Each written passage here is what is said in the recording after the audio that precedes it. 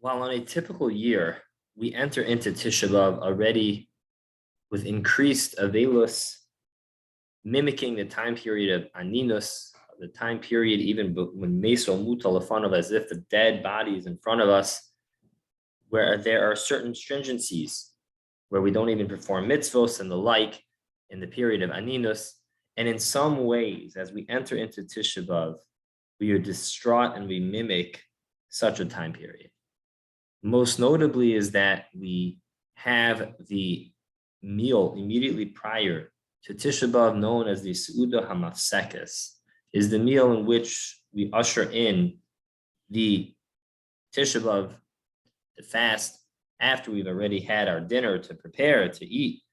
We have a separate meal, which consists of a piece of bread, an egg, and some ashes. And we sit on the floor by ourselves. We do not mention a mizomon. And it is a very solemn time. It is a time in which we reflect. It is a time in which we prepare to enter into Tisha B'Av.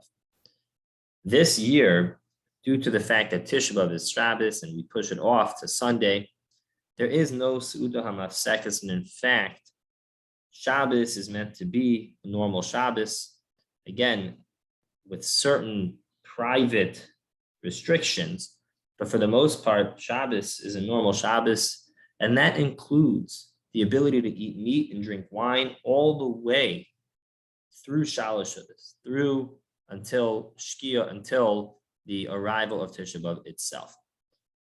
And so, while one typically avoids eating meat and wine on Shabbos, one is allowed to, and the Shulchan Aruch writes even at Seudah Shlishis, and one is even allowed, says the Mishnah Berurah, to eat that meal with others. And Rav Moshe extends that even to singing Zemiros, that one can have a normal Shabbos meal. That's how far we take Kedusha Shabbos. That's how far we take the joy of Shabbos, despite the fact that it is Tisha B'Av.